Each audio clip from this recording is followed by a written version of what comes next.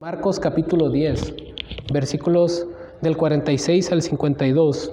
Marcos capítulo 10, versículos del 46 al 52. Y el título de este mensaje, hermanos, lo extraje de este mismo pasaje porque me impactó demasiado esta expresión, esta exclamación que hizo Bartimeo. Y el título de esta predicación es: Hijo de David, ten misericordia de mí. Yo creo que con esto no vamos a olvidar la enseñanza ni el pasaje. Hijo de David, ten misericordia de mí, con signos de admiración. Ese es el título de este mensaje. Hijo de David, ten misericordia de mí. Voy a leer este pasaje, hermanos. Ustedes me siguen con su vista y vamos a ver algunos puntos importantes en cuanto a esta enseñanza. Voy a leer el pasaje, dice la palabra de Dios así: Entonces vinieron a Jericó, y al salir de Jericó, él y sus discípulos y una gran multitud, Bartimeo el ciego, hijo de Timeo, estaba sentado junto al camino mendigando. Y oyendo que era Jesús Nazareno, comenzó a dar voces y a decir: Jesús, hijo de David, ten misericordia de mí. Y muchos le reprendían para que callase, pero él clamaba mucho más: Hijo de David, ten misericordia de mí. Entonces Jesús, deteniéndose, mandó llamarle, y llamaron al ciego, diciéndole: Ten confianza, levántate, te llama. Él entonces, arrojando su capa, se levantó y vino a Jesús. Respondiendo Jesús, le dijo: ¿Qué quieres que te haga? Y el ciego le dijo: Maestro, que recobre la vista. Y Jesús le dijo: Vete, tu fe te ha salvado. Y enseguida recobró la vista y seguía a Jesús en el camino. Bien, hermanos, algo que quiero que veamos en este pasaje de la Escritura, algo curioso que en este evangelio fue una de las últimas curaciones que nuestro Señor Jesucristo hizo antes de llegar a Jerusalén para ser entregado por los principales sacerdotes y crucificado. No fue el último milagro que hizo, pero sí una de las últimas curaciones que registra este evangelio. A partir de aquí en adelante, después de la entrada triunfal en Jerusalén, miraríamos el descenso de nuestro Señor Jesucristo a Jerusalén para cumplir las Escrituras, que tendría que ser entregado, maltratado, crucificado y finalmente al tercer día resucitar. Entonces, es un episodio interesante en este evangelio, porque a partir de aquí en adelante ya no veremos más curaciones. Pero él había hecho una afirmación en el versículo 45 de este mismo evangelio, cuando él dijo: porque el Hijo del Hombre no vino para ser servido, sino para servir y para dar su vida en rescate por muchos. Y esto en el contexto de aquella petición que Santiago y Juan le habían hecho, de estar a su diestra. Y cuando los demás discípulos se enojan contra esos discípulos, ellos estaban pensando, todavía no entendían que el Señor Jesús tendría que ir a la cruz, morir, resucitar. Ellos todavía pensaban que Él iba a establecer su reino glorioso y que iba a derrocar a los romanos y que ellos podrían ver el reino de Dios y tener una posición elevada en ese reino. Y a pesar de que el Señor Jesucristo ya les había declarado que sería necesario que Él fuera crucificado, no lo entendían. No lo entendían. Sin embargo, había ciertos aspectos en los discípulos que tenía que ser cambiado, tenía que ser moldeado por el Señor. Todavía estaban algunos de ellos disputando por quién tendría más prestigio o poder en el reino. Y no estamos hablando de gente que no le conocía, hermanos, estamos hablando de sus discípulos. Posteriormente fueron transformados. Gracias a Dios no siguieron con esos pensamientos. El Espíritu Santo posteriormente los capacitó para poder vivir y modelar al Salvador crucificado y resucitado. Ellos más adelante recordarían estas palabras. Después de estarse peleando por quién tendría más preeminencia en el reino, ellos después recordarían estas palabras: porque el Hijo del Hombre no vino para ser servido, sino para servir y para dar su vida en rescate por muchos. Y el episodio que nos narran estos versículos del 46 al 52 es una ilustración de esta verdad, a la misión que Él vino, que Él no vino para ser servido, sino para servir y para dar su vida en rescate por muchos. Pero también podemos ver a través de este acontecimiento una ilustración de lo que es la conversión y cómo el Señor obra en nosotros y nos trae a la fe por su gracia. Si usted ahorita a través de estudiar estos elementos puede sentirse identificado con Bartimeo, es porque es el mismo proceso que Dios hizo para atraernos a Él. Y ahorita vamos a ver eso. Muchas veces nosotros vemos personajes preeminentes en las Escrituras o predicadores famosos y todo, y quisiéramos ser como ellos o como ciertas mujeres destacadas. Pero si analizamos a este hombre, Bartimeo, yo siento una profunda admiración por este hombre y creo que no solo yo, sino todos deberíamos desear ser como este hombre, Bartimeo el ciego. Y ahorita vamos a ver por qué. Miren, en primera instancia dice el versículo 46 que entonces vinieron a Jericó y al salir de Jericó él y sus discípulos y una gran multitud, Bartimeo el ciego, hijo de Timeo, estaba sentado junto al camino mendigando. ¿Qué tenemos aquí? Al Señor Jesús con sus discípulos yendo a una prestigiosa ciudad llamada Jericó. Quiero que noten algo aquí. Aunque el personaje principal y central de este texto es nuestro mismo Señor Jesucristo, Bartimeo el ciego es un personaje importante. En los evangelios sinópticos, como lo es el evangelio de Mateo, nos dice que eran 2 ciegos que clamaban. Y en el evangelio de Lucas nos dice que un ciego clamó pidiéndole misericordia al Señor. Y aquí en el evangelio de Marcos, puesto que Marcos fue un discípulo del apóstol Pedro, Bartimeo llegó a ser un personaje conocido por la iglesia primitiva. Fue un seguidor de Cristo.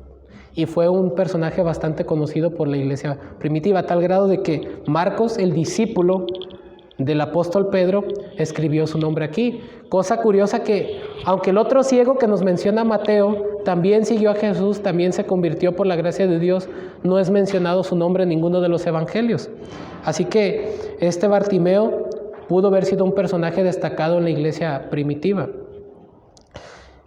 Este hombre Bartimeo, que en algún momento de su vida quedó ciego, porque más adelante él le dice, maestro, que recobre la vista. Eso implica que él en un tiempo veía, pero que después la perdió. Era muy común la ceguera en aquellos tiempos, ya sea por nacimiento, ya sea por algún accidente, alguna enfermedad. Entonces, por diversos motivos, este hombre estaba ciego y obviamente una persona en este estado, en esta condición, estaba condenado a la indigencia. ¿Por qué? Porque no podía sostenerse por sí mismo, no podía trabajar como los demás. Además que en la creencia común del pueblo, una persona en esta condición era como considerada maldita por Dios. Algún pecado de estar pagando y por eso está así mendigando y ciego.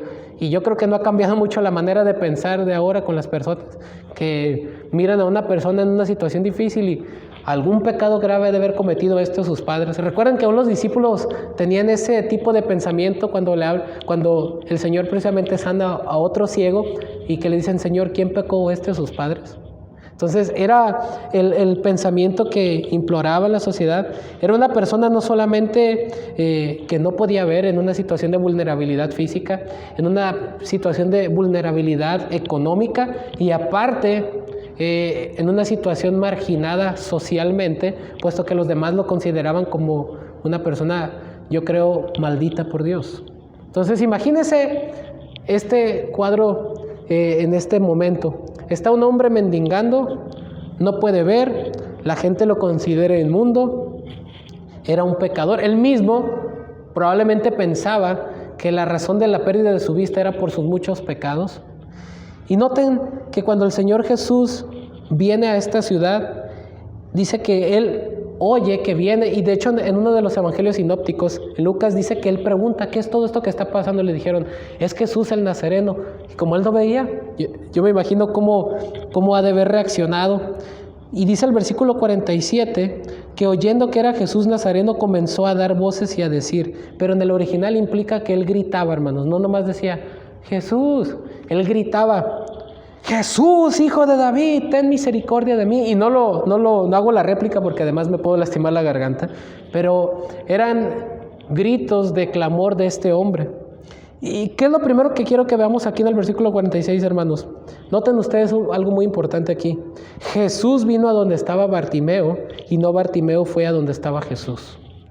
Este es un dato muy importante, hermanos. El Señor ya sabía, obviamente, que quién se iba a encontrar ahí y a la hora que este hombre iba a recibir ese milagro divino, y no solamente la vista física, sino la vista espiritual y la salvación. Todo fue orquestado providencialmente por el Señor. Y noten que este hombre, en una situación de desesperanza, en una situación de vulnerabilidad, de indigencia, de necesidad, no buscó al Señor porque ni siquiera tenía medios por sí mismo para buscarlo, sino que el Señor llega a él. Lo que aprendemos de aquí, que es una ilustración gráfica también de la salvación, que nuestro Señor nos busca a nosotros y nadie estamos en la capacidad o en la condición de buscar a Cristo. A menos que Él no nos busque, nosotros no tenemos la capacidad. Estamos como este hombre ciego, que él no tenía la capacidad de moverse y de buscar a Jesús, además que la gente no le hacía caso, no tenía manera de llegar a Jesús, pero Jesús llegó a él. Hermanos, ninguno de nosotros teníamos cómo llegar a Jesús, no lo conocíamos, estábamos separados de Dios, no nos interesaba, nadie nos podía llevar a Él, ni siquiera nosotros mismos, pero el Señor viene a nosotros por medio de la predicación del Evangelio. En algún momento de nuestra vida escuchamos de ese Nazareno que cambió nuestra vida y que nos dio vida eterna, el Hijo de Dios. Es por gracia. Jesús vino a donde estaba este hombre con necesidad y este hombre no fue a donde estaba Jesús. Nosotros no buscamos a Cristo. Cristo nos buscó a nosotros y como dice en 1 de Juan, nosotros le amamos a Él porque Él nos amó primero y puso su vida en propiciación por nuestros pecados. Nadie busca a Dios, sino que Dios nos buscó a nosotros. Él vino a buscar y a salvar lo que se había perdido. Es lo primero que vemos aquí, que aprendemos del versículo 46. Y si seguimos leyendo en el versículo 47, vemos que a pesar de que Jesús vino a él, Bartimeo fue movido a buscarlo clamándole. Quiero que note algo aquí. Acabo de decir algo muy importante acerca del versículo 46, que Jesús vino donde estaba Bartimeo y no al revés, pero eso no significa que aunque Dios venga al encuentro a buscarnos, nuestra respuesta sea pasiva a Él. Dios es quien toma la iniciativa, pero al mismo tiempo produce en nuestros corazones un deseo y una necesidad de buscarle. Acercaos pues a Dios y Él se acercará a vosotros. Tenemos que tener una convicción y una necesidad profunda y una fe para acercarnos a Él, para que Él nos reciba, porque sin fe es imposible agradar a Dios. Mientras que Él nos busca y Él toma la iniciativa, al mismo tiempo Él nos manda a buscarle. Buscad al Señor mientras pueda ser hallado. Fíjese cómo la Biblia nos manda a acudir a Él, a buscar a Dios, a acercarnos a Dios, a clamar a Dios y acercarnos con una actitud de arrepentimiento y fe. Esta búsqueda de Dios hacia nosotros no es pasiva de nuestra parte, sino que Él cautiva nuestros corazones y nos impulsa a Él, pero produce una respuesta de nosotros. Tenemos que buscarle. No es algo que sucede en automático, no es algo que sucede pasivamente, que el pecador sea pasivo a esto. Cuando Cristo llega a nuestras vidas, el mismo Espíritu Santo nos hace buscarle, acercarnos a Él, clamar a Él. Y note cómo esta obra de gracia, este llamado eficaz obró en este hombre, en Bartimeo, el ciego. Y oyendo que era Jesús Nazareno, comenzó a dar voces y a decir: Jesús, Hijo de David, ten misericordia de mí. No puedo encontrar palabras más profundas que describan la necesidad más profunda de nuestra alma de salvación que estas. Jesús, Hijo de David, ten misericordia de mí. Recordemos, hermanos, que estamos en un contexto judío. ¿Y qué tiene que ver esto, hermanos? El contexto judío. Cuando él dice Hijo de David, es que Bartimeo estaba reconociendo que Jesús era el cumplimiento de aquella promesa hecha a Abraham, Isaac y Jacob y a David, que del descendiente de David nacería el mejor rey de todos del mundo.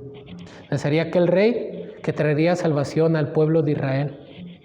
Cuando dijo Hijo de David, estaba reconociendo que Jesús era el Mesías prometido.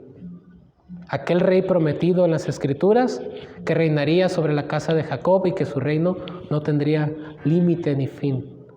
En otras palabras, es como si Él estuviera diciendo: Jesús, el Rey prometido, el mejor Rey de todos, ten misericordia de mí. Yo reconozco que tú eres el soberano Mesías prometido por los profetas de antaño. Él estaba reconociendo quién era Cristo, el Mesías, Jesús, Hijo de David. Ten misericordia de mí. Él tenía una necesidad, y su necesidad, me atrevo a decir, que va mucho más allá de su necesidad de ver, de la ceguera, que obviamente era una profunda necesidad, porque imagínese, si usted quisiera hacer esta prueba, taparse los ojos todo un día y tratar de hacer todo lo que hace sin ver, le aseguro que se frustraría. Es horrible no ver. Y ahora estar en una situación de indigencia a lo que la gente te quiera dar para poder sobrevivir, obviamente es una situación de suma necesidad. Pero la necesidad de Bartimeo iba más allá de su necesidad física, porque al clamar él por misericordia, estaba reconociendo que necesitaba el perdón divino y que era pecador. Estaba reconociendo su indignidad ante Dios, su pecado, y estaba acudiendo en pobreza de espíritu, reconociendo su bancarrota espiritual, que Dios no tenía la obligación de bendecirlo, que Dios no tenía la obligación de hacer algo con él porque era el pecador, pero él pedía misericordia, pura misericordia. Él no le estaba exigiendo a Dios: págame lo que me debes, sáname porque yo me he portado bien, soy buena persona. Él estaba pidiendo misericordia. No estaba haciendo un reclamo por su justicia propia. Hermanos, ¿no es así que hasta ese momento venimos a los pies del Señor? Cuando acudimos a Él con pobreza de espíritu, reconociendo que no es nuestra propia justicia, sino su justicia en la cruz. Su justicia es nuestra justicia. Lo que Él logró por su vida, muerte y su resurrección se convierte en nuestra justicia. Cristo es nuestra justicia, no es algo que nosotros podamos haber hecho para ganar el favor divino. No es hasta que acudimos a Él con ese reconocimiento y con esa necesidad que el Señor nos recibió. No es cuando clamamos a Él: Jesús, Hijo de David, ten misericordia de mí. O en palabras del otro publicano que fue en pobreza de espíritu: Señor, sé propicio a mi pecador. Ten piedad de mí, oh Dios, conforme a tu misericordia, conforme a la multitud de tus piedades, borra mis rebeliones, porque yo reconozco mi maldad. No es hasta que acudimos con esta actitud producida por el mismo Espíritu Santo que nosotros podemos ver la gloria de Cristo. A pesar de que Jesús vino a Bartimeo, Bartimeo fue movido a buscarlo clamándole. Y en el versículo 48 vemos que esta necesidad de Bartimeo era profunda y él entendió que solo el Mesías podía suplirla.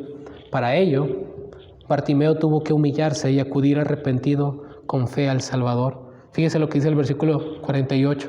Y muchos le reprendían para que callase, pero él clamaba mucho más: Hijo de David, ten misericordia de mí. Nuevamente se repite esta frase: Hijo de David, ten misericordia de mí. Noten ustedes la situación. Todavía que él estaba clamando al Señor, la gente lo callaba. La gente no tenía compasión por él. Lo miraba como un pobre andrajoso ahí que andaba mendigando, y que tal vez la gente pudiera pensar que no era digno de acercarse al Maestro y de pedirle esa petición. Qué triste, hermanos, qué triste que muchas veces nosotros pudiéramos llegar a caer en esta condición de creernos mejor o superiores que los demás, y que los demás no son dignos del perdón de Dios, y que nosotros por alguna manera, porque vamos a la iglesia, porque hacemos cosas religiosas, porque sabemos tanto de la Biblia, porque hacemos esto y aquello, nosotros sí somos mejores. Qué triste, hermanos. Yo la verdad prefiero y le pido al Señor Yo quiero ser como Bartimeo, quiero reconocer mi indigencia espiritual. Deseo ser pobre en espíritu y reconocer que es su justicia la que me ha posicionado en un lugar privilegiado ante mi Dios y no mi justicia, porque todas nuestras obras, toda mi justicia son como trapos de inmundicia. Miserable de mí, ¿quién me podrá librar de este cuerpo de muerte? Porque lo que no quiero, eso hago. Pero doy gracias a Dios por Jesucristo nuestro Señor, que nos ha librado de la ley del pecado. Su justicia, no mi justicia. Al final de cuentas, le doy gracias a Dios por todo lo que Él hace en la vida de mis hermanos, a través de mí, a través de la predicación de su palabra y todo. Pero sé que al final de cuentas, mi justicia no recae en ver a mi familia crecer en la obra de Dios, el ver la iglesia crecer, cualquier cosa que el Señor me permitiera ver o no ver. Nada externo a mí puede darme satisfacción y gozo, sino solamente Jesús, Hijo de David, ten misericordia de mí. Su justicia atribuida a mi favor por la fe, siendo yo digno del infierno por medio de la fe en Él, haber podido obtener el perdón de mis pecados en la cruz. Es su justicia, es su misericordia, por la cual somos posicionados en un lugar glorioso ante Él. Hermanos, qué grande bendición poder clamar: Jesús, Hijo de David, ten misericordia de mí, con un corazón contrito y humillado, reconociendo que lo único que merecemos es ira, que lo único que merecemos es juicio, que lo único que merecemos por nuestros muchos pecados es una separación eterna de nuestro Dios. Pero qué bendición es saber que un día pudimos clamar al Salvador y que Él se detuvo y nos otorgó el perdón, solo por su gracia, solo por su misericordia. Y vemos que es lo que tuvo que hacer Bartimeo: humillarse y acudir arrepentido. El clamar más fuerte, el hecho de que muchos le reprendieran para que se callara, y que él clamaba mucho más: Hijo de David, ten misericordia de mí, implica su profunda y su grande necesidad. Hermanos, no debemos darnos por vencidos por clamar la misericordia de Dios. Ora hasta que tengas paz en tu corazón, sabiendo que Dios ha perdonado tus pecados. Aférrate al Salvador y a aquella cruz en cuyo manantial únicamente podemos ser purificados y en cuyas aguas solamente podemos beber gozo de Dios. Pero asegúrate, mi hermano, que tus pecados han sido lavados solamente por su justicia en la cruz y que no estás confiando en nada de lo que tú y yo podamos hacer o no hacer para agradar a Dios. Que su favor no está condicionado por nada dentro o fuera de nosotros más que por su pura gracia. Solamente Él, Jesús, Hijo de David, es el que puede tener misericordia de nosotros, porque solamente Él derramó su sangre en esa cruz y fue el único que pudo apaciguar la ira de Dios y justificarnos del pecado. Jesús, Hijo de David, ten misericordia de mí. Versículos 49 al 51, vemos que Jesús recibió y sirvió al mendigo Bartimeo, ejemplificando lo que dice el versículo 45 que leímos hace ratito: porque el Hijo del Hombre no vino para ser servido, sino para servir y para dar su vida en rescate por muchos. Mientras que la gente le decía: cállate, guarda silencio, no eres digno de ir al Maestro, Él mucho más se aferraba, clamando misericordia. Y dice el versículo 49, entonces Jesús, deteniéndose, mandó llamarle, y llamaron al ciego, diciéndole: ten confianza, levántate, te llama. Él entonces, arrojando su capa, se levantó y vino a Jesús. Respondiendo Jesús le dijo: ¿qué quieres que te haga? Y el ciego le dijo: Maestro, que recobre la vista. Note algo interesante aquí. El Señor Jesús se detiene mientras que los demás lo corrían, y el Señor Jesús manda llamarle y la actitud de todos cambia, y ellos le dicen al ciego: ten confianza, levántate, te llama. Yo me pregunto, una lectura natural del texto, ¿por qué le dijeron ten confianza, te llama? Este es mi punto, mi opinión personal respecto a esto. que puesto que lo estaban callando, le estaban diciendo que no molestase más al maestro. Yo me imagino que muchos de ellos podrían haber intentado quitarlo de ahí. Entonces cuando le dicen, ven, te llama, él pudo haber pensado que era una trampa para quitarlo de ahí, ¿no? Entonces al decirle, ten confianza, te llama, le estaban dando la seguridad de que lo iban a llevar a Jesús. Ten confianza, levántate, te llama. Él entonces, arrojando su capa, se levantó y vino a Jesús. Obviamente esto no lo pudo haber hecho por sí mismo, puesto que no veía. Alguien probablemente lo pudo guiar al Señor. Respondiendo Jesús le dijo, ¿qué quieres que te haga?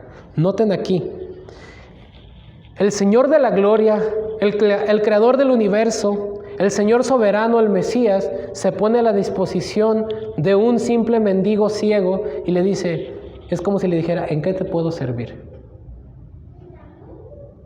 El Señor soberano, el Dios eterno, se pone a disposición de un mendigo y le dice, ¿qué quieres que te haga? En otras palabras, el Hijo del Hombre no vino para ser servido, sino para servir y para dar su vida en rescate por muchos. ¿En qué te puedo servir? Hermanos, Cristo, siendo el Señor y Maestro y el soberano de nuestras almas, de nuestras vidas, Él vino a servirnos. Nos sirvió y dio su vida en rescate para salvarnos. ¡Wow!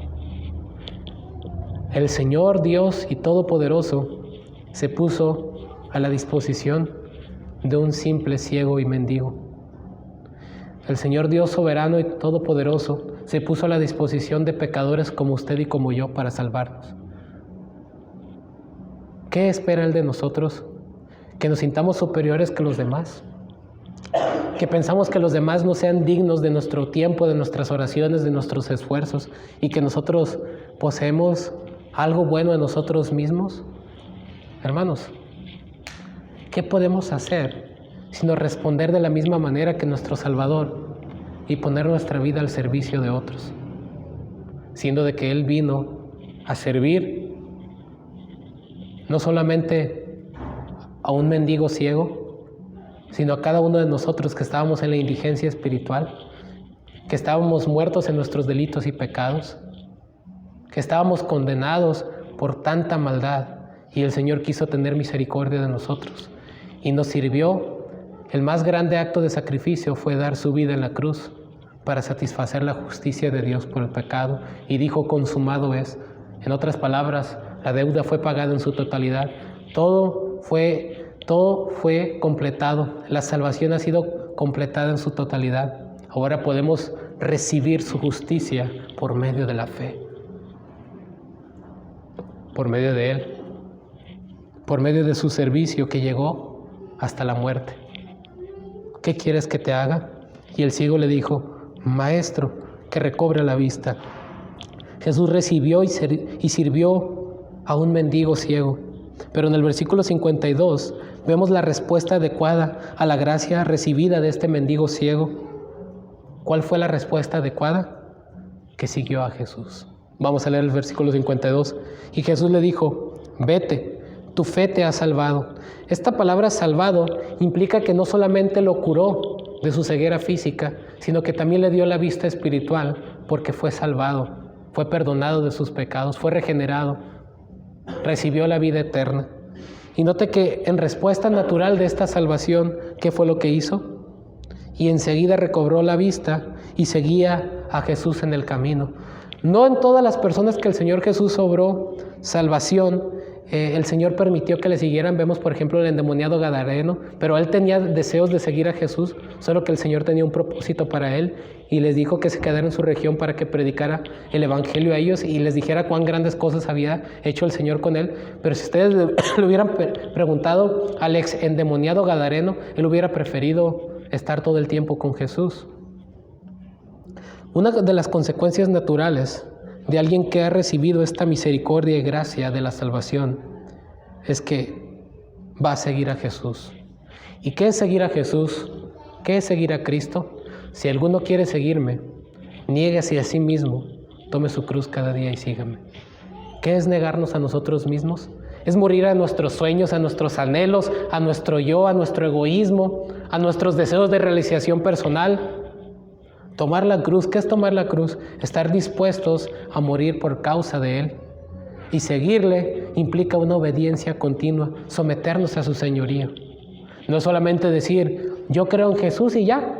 Puedo seguir viviendo mi vida en pecado, puedo seguir yendo los domingos a la iglesia y de vez en cuando echarme una cervecita, ver programas que no debo de ver, tener amistades que no debo de tener, andar coqueteando ahí con el mundo y como que estoy en un pie con Dios y un pie en el mundo. No es eso, hermanos. Alguien que recibe esta gracia deja todo atrás y por gratitud y amor, porque queda cautivado por la gloria de ese Señor glorioso, decide seguir a Cristo. Aquí este ciego no solamente recibió la vista física, y claro está por el texto, porque al decidir seguirlo con gozo, incluso en el Evangelio de Lucas dice que lo siguió dando gloria a Dios. En el Evangelio de Lucas dice que lo siguió dando gloria a Dios. Quedaron cautivados y maravillados al saber quién es este que aún los vientos y el mar lo obedecen. Los demonios se le sujetan, los enfermos son sanados y que aún tiene autoridad sobre la muerte. ¿Quién es este Jesús que puede perdonar pecados? Bueno, este glorioso Señor es aquel que vino a dar su vida, a morir y a resucitar para que todo aquel que en Él cree no se pierda, mas tenga vida eterna. ¿Puede usted quedar cautivado por la gloria de este Señor glorioso, del Señor Jesucristo? Puede ver la hermosura de su persona, de su compasión hacia una persona en suma necesidad. Puede ver su carácter glorioso al decir que vino a servir y no a ser servido y a poner su vida en rescate por muchos. Puede ver la gloria, la majestad y la hermosura de este gran Dios y Salvador Jesucristo en el cual nosotros hemos creído. Mi hermano, con este mensaje, yo quiero que usted y yo seamos reanimados y reconfortados para que todo lo que nosotros hagamos gire en torno por esa admiración que ha producido la persona de Cristo en nosotros. Al nosotros recobrar la vista espiritual y poder ver la gloria de Dios en la faz de Jesucristo, que podamos quedar cautivados por la gloria de su majestad y de su persona y decidir vivir no para nosotros mismos, sino para su gloria. Seguirle y obedecerle por amor, servirle por amor, no creyendo que por eso vamos a ganar la salvación o para quedar bien con el pastor o con algún hermano o para vivir una vida religiosa, sino porque reconocemos que éramos como este pobre mendigo ciego, que estábamos condenados a la indigencia sin esperanza, pero un día el Señor llega a nuestras vidas, clamamos a Él, se detiene, tiende de nosotros misericordia, nos hace nuevas criaturas, nos quita nuestro ropaje inmundo y nos viste con vestiduras de justicia y nos posiciona a una posición gloriosa como hijos de Dios. Lo menos que podemos hacer, hermanos, si de verdad podemos ver un vislumbre de esta gloria, de este precioso Señor, es arrepentirnos de nuestros pecados, confiar más en Él y servirle por humildad y gozo y gratitud. Es de la única manera que podremos dar fe y evidencia y hacer justicia a este bendito y glorioso Señor y sacrificio que hizo por nosotros. Si usted ha estado tratando de hacer las cosas para el Señor porque siente que su vida no está completa o que algo le falta o se siente vacío, déjeme decirle que ¿pudiera usted hacer cualquier otra cosa que le llene? No necesariamente seguir a Cristo o servir en la iglesia le va a llenar o le va a hacer feliz. El pecado también nos promete satisfacción y felicidad. Si usted siente un vacío en su corazón que nada puede llenar, no necesariamente necesita a Cristo para llenarlo, porque usted puede ser saciado con el pecado engañosamente. Pero si usted reconoce que lo que usted necesita es pureza en su corazón porque es pecador, que está bajo la ira de Dios, que reconoce a ese Señor bendito que nos creó, pero sabe que lo ha ofendido y puede verse a la luz de la palabra y puede ver cuán indigno y pecador soy y le duele ofender a ese Dios glorioso y quiere su perdón, su misericordia. Déjeme decirle, Él dijo, el que a mí viene no lo echo fuera. Él mismo fue el que dijo estas palabras gloriosas en el Evangelio de Mateo, en el capítulo 11, versículos 28 al 30. Venid a mí, todos los que estáis trabajados y cargados, y yo os haré descansar. Llevad mi yugo sobre vosotros, y aprended de mí, que soy manso y humilde de corazón, y hallaréis descanso para vuestras almas, porque mi yugo es fácil y ligera mi carga. El Señor es compasivo, el Señor es misericordioso. Si usted se arrepiente de sus pecados y pone su confianza solamente en Él para salvación, por medio de lo que Él hizo en la cruz, su muerte y su resurrección, usted puede tener vida eterna.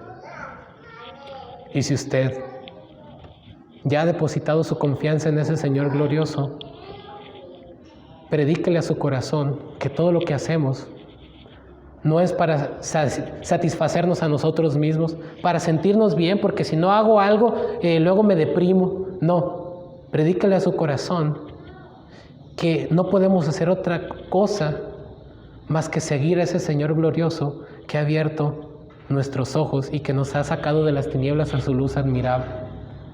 Quede usted cautivado por la gloria, la hermosura y la majestad de Cristo. Y en base a esa admiración que usted sienta por Él, ese amor y esa profunda gratitud, usted y yo podremos crecer en santidad. No por reglas externas que no cambien el corazón, que pudieran cambiar lo externo, sino por un deseo interno de glorificar a Dios con todo nuestro ser, por lo que Él es e hizo y merece. ¿Quién es este Jesús que aún los vientos y el mar le obedecen? La naturaleza, los demonios se sujetaron a Él, la muerte no lo pudo retener. Este Jesús glorioso es nuestro Mesías, nuestro Salvador, nuestro Señor. Acuda a Cristo, pero entendiendo que Él es el Señor glorioso. Admire su persona, note cuán hermoso es el Señor, cuán compasivo, y acuda con un corazón nuevo para Él. Que el Señor sea glorificado a través de este mensaje y que Él nos permita por medio de su Santo Espíritu ver la gloria, ver su gloria en la faz de Jesucristo a través de lo que Él manifestó de sí mismo. Él tuvo misericordia de un ciego mendigo, hermanos. Él tuvo misericordia de indigentes espirituales como nosotros, que íbamos rumbo al infierno, y que Él quiso tener misericordia de nosotros porque Él quiso tenerla, por su pura gracia, no porque hubiera algo bueno en nosotros. Demos honra y gloria a nuestro Dios por ese precioso sacrificio que hizo nuestro Señor, su vida, lo que Él nos reveló, su muerte y su resurrección y la promesa de su reino. Oremos. Señor amado, venimos delante de tu presencia dándote gracias porque a través de estas sencillas palabras, Señor, que predicamos a través de este pasaje, no por ello quita lo profundo de la enseñanza y del Señor glorioso a quien estamos aprendiendo que no es otra persona más que nuestro Señor Jesucristo.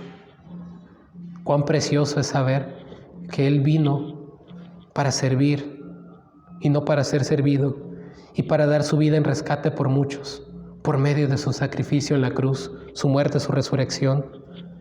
Gracias, Señor, porque tú decidiste darnos vida cuando estábamos muertos en nuestros delitos y pecados. Ayúdanos a ver la gloria y la majestad de tu Hijo en la cruz, para poder quedar cautivados por esa gloria y servirte, Señor, de una manera agradable a ti, a la altura de este llamado que hemos recibido. Y si hay alguien aquí, Señor, que aún no ha nacido de nuevo, que aún no se ha arrepentido de sus pecados, que aún no ha puesto su confianza en este glorioso Señor y que ha estado confiando en su propia justicia para salvación, te rogamos, Señor, que tú tengas misericordia y que podamos acudir a ti como este ciego Bartimeo y solamente clamar: Jesús, Hijo de David, ten misericordia de mí. Y que tú seas glorificado al manifestar tu gloria a través de la salvación por medio del Evangelio de tu Hijo. Bendito y alabado seas, y te suplicamos que muestres tu gloria a tu pueblo por medio de la hermosura, de la gloria y de la majestad de Cristo a través de estas páginas sagradas que son las Escrituras.